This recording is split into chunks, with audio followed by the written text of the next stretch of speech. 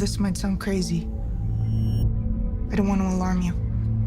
Do you remember a TV show we used to watch together? It was called... The Big O Big? Yeah. Do you watch?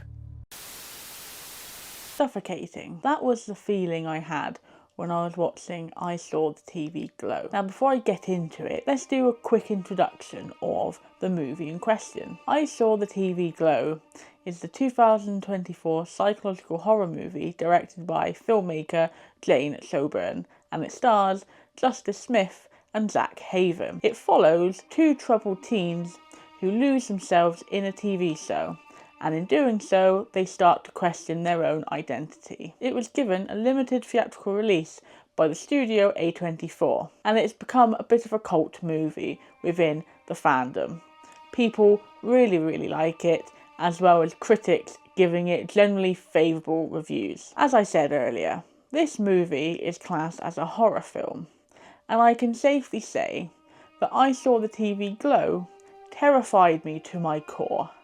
And this is coming from someone who adores horror movies. This movie really shook me. So I'm going to go down a bit of a rabbit hole, and I'm going to kind of unpeel the layers of this movie and showcase to you why it scared me so much and what I got out of the movie. So let's go, shall we? I Saw the TV Glow is not your run-of-the-mill horror movie. It doesn't have graphic violence. It doesn't have graphic anything, really. And it doesn't have jump scares either. No. The way this movie digs its claws into you is by wearing you down with the tone. And by the end of the movie, you start to snap just as Owen does in the ending sequence. It claws its way into you, and it feels like it's a creepy crawling all over your skin as you're watching this movie, and the tone just progressively washes over you, and it fills you with a sick pit to your stomach. It makes you feel sick to your stomach as you're watching it. And the suffocating nature of feeling trapped in a box when you're watching this, it covers you like as if you're being covered by a very heavy weighted blanket that no matter how hard you try to shake off, you just can't. You're stuck with it covering you, and that is what this tone does for this movie. The terrifying thought of living a life that you feel you should, as opposed to the life that you deserve, is a terrifying thought. I mean, I'm sure everybody has had that thought before, but especially as a queer person, that thought just terrifies me. It really does. I am a queer lady, I am a lesbian, and I have spent most of my 28 years on this earth trying to fit myself into a box for what I feel people want me to be. And it's only recently, only in the last 10 years, that I've been more open and more true about myself and living the life that I want, as opposed to the life that I feel I should to appease other people. And watching this movie go down, it really is terrifying, because it really just showcases how easy it is for you to just try to please people that don't care about you, and just how hard it is to try and find yourself in the midst of what you're getting bombarded with every day, of how you should act, how you should be, how you should dress, who you should love. All of that stuff, when you're growing up, it's so hard for your brain, which is still growing, to understand that it's okay to be who you are, not do what other people tell you to do. And watching this movie just really does hammer home just how easy it is and how scary it is, because it's slowly killing you inside, and you're so oblivious to it, and it's just a very scary thought. And it brought back a lot of dark memories, to be honest, of my past, and I'm sure it has to a lot of other people. And that is the overarching arc for Owen's character. He is someone that just pushes down his true identity. He tries to be someone that people expect him to be. He tries to make himself as small as he can be, so he doesn't upset anyone or cause any problems with people. And it doesn't matter how much that is destroying him, how much that is making him ill. It's just what he does, because that is something that he feels he needs to do. And on the flip side of that, the juxtaposition of having Maddie, who is someone that is brave enough to break that mold, is brave enough to escape and to find her true self, no matter how much that will upset other people. But they are brave enough to do that. And it's just a great juxtaposition of these two characters that have this common interest, this common love for the pink opaque, but just having such different reactions to it and how it impacts both their lives very differently. It's fascinating to watch, but also very scared, because you start to realise that 9 times out of 10, you're an Owen. You're not a Maddie. You're not someone that's going to go and grab yourself what you deserve. A lot of the time, everyone is an Owen, whether you like it or not. And that feeling of shame and feeling of guilt that you feel whenever you're not true to oneself, that is just something that eats you up inside. Everyone's felt it, regardless if you're gay, regardless if you're a person of colour, regardless if you are someone that is very smart. You will be feeling, you will not be true to yourself one time in your life. There will not be a time where you are not, where there is not a part of you that is not true to yourself at some point. And 9 times out of 10, that guilt will eat you, that shame will eat you up. And that is what this movie is. This movie is eating away at Owen for not being true to himself, and it's absolutely harrowing. The end sequence where he just completely collapses and he just screams and he lets everything out, and you see just how little the people around him actually care for him. And that is something that haunted me a lot when I was watching this movie, because me personally, as a lesbian in a rural village who just wanted friends, I would try and be the person these people at school would want me to be, or I felt they wanted me to be. I would try to be the person that I felt my father would want me to be. But then, down the line, you realise that those people that you wanted to be your friend never once glanced at you. Regardless of what you were doing, they never once gave you a minute of their time. My father never once gave a shit about me when he realised that I wanted to do things that he didn't want to do. So all of that shame and sadness and pressure that we put ourselves under to become someone that we're not, it doesn't matter, because they don't care. The people that care for you could not care less what you do or what you are. People will love you for who you are and what you are.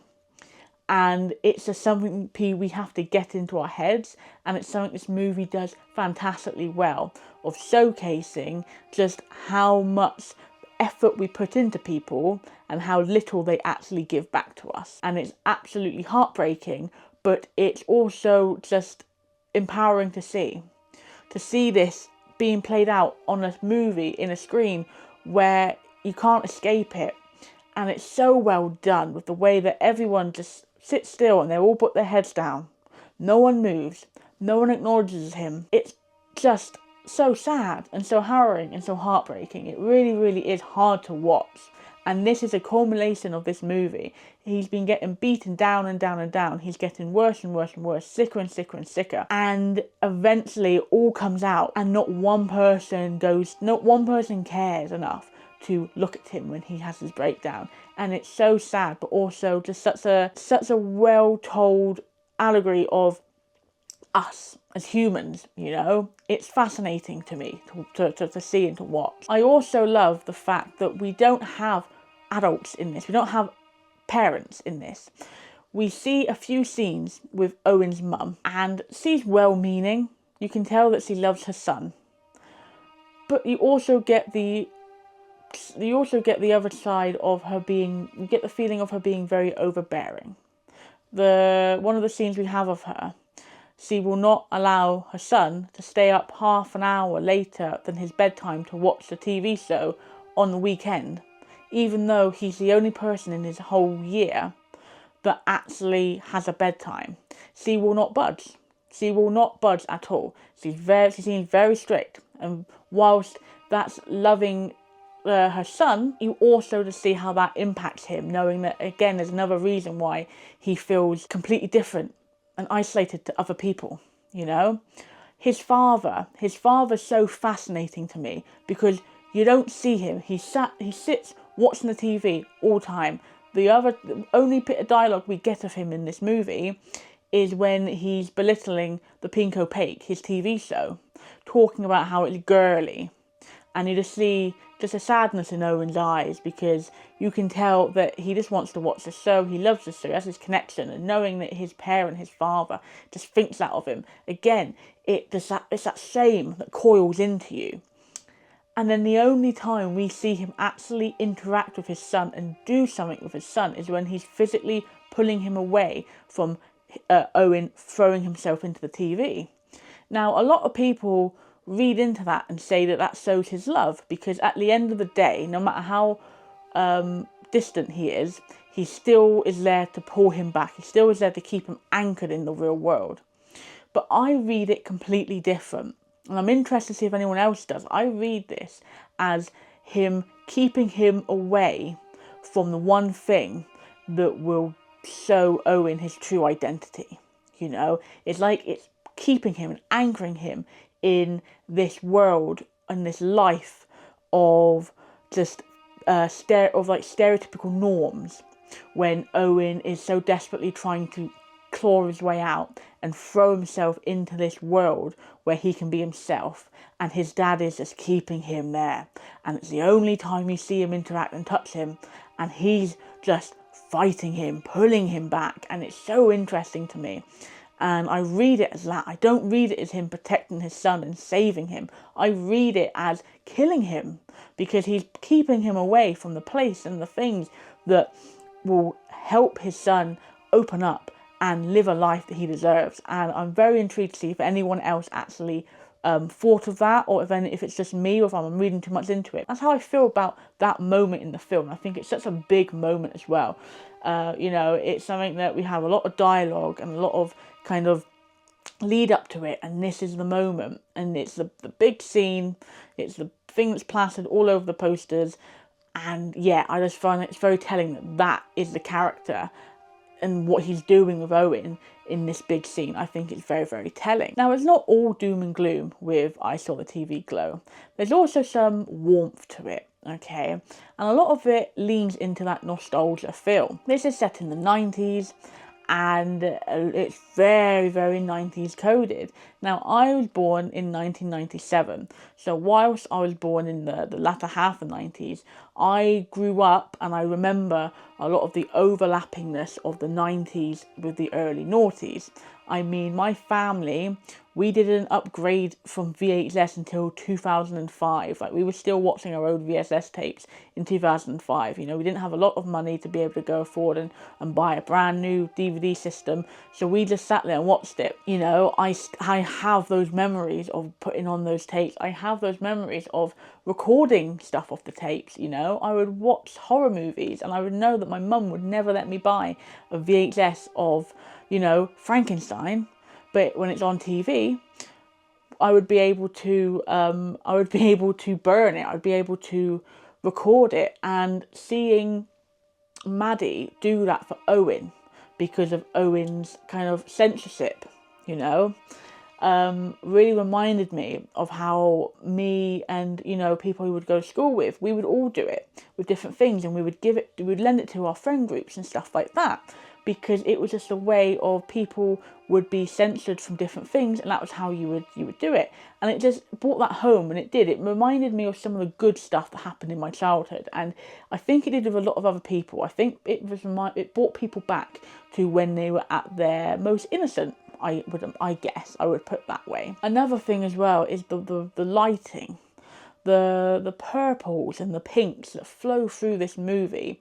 It really does give it the feel and the look that of almost like a home video, I think, because it's a very darkly shot movie, and then when you have these light, bright moments where it kind of contrasts with the purples that is always featured in this movie, it kind of gives it that feel of like a 90s tape.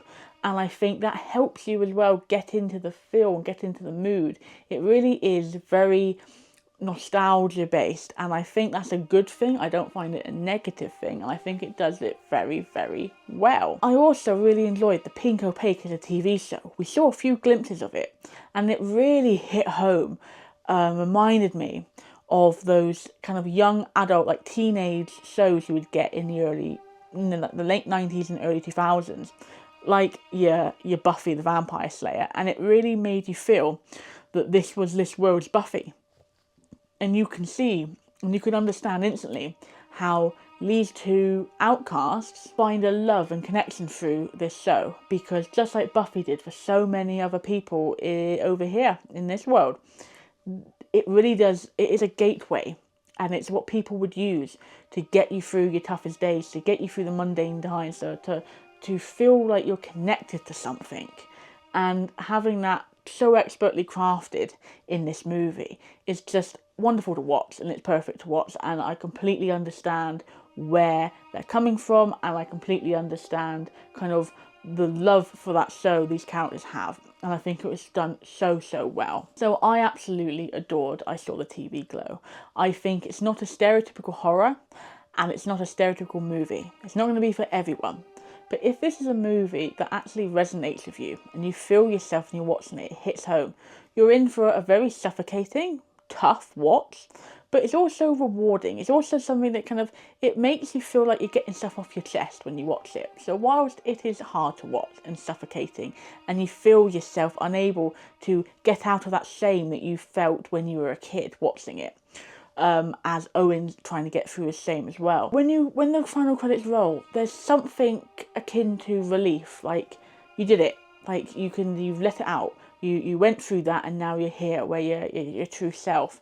And I just think that it's a fantastically scripted movie, and it's perfect for me, and I absolutely adore it. And I really wish it got more love in the award season. I really do, because this movie, if there's ever a movie that encapsulates just the feeling of self-worth, it's I Saw the TV Glow. Thank you so much for watching. So this was the first video I'm actually proud of on my channel. I wanted to do these deep dives for a long time. I just never thought I could do them, but I gave it a shot, and I'm really happy with how it's turned out. It took me a while to do. So if there's ever a video for you to subscribe or like, then please let it be this one, because it just, yeah, I'm just very proud of it. And thank you so much for watching and for being along for the ride. So I will see you at the next video. I hope you guys have the best day wherever, whenever you're watching this. I'll see you at the next video. Bye bye.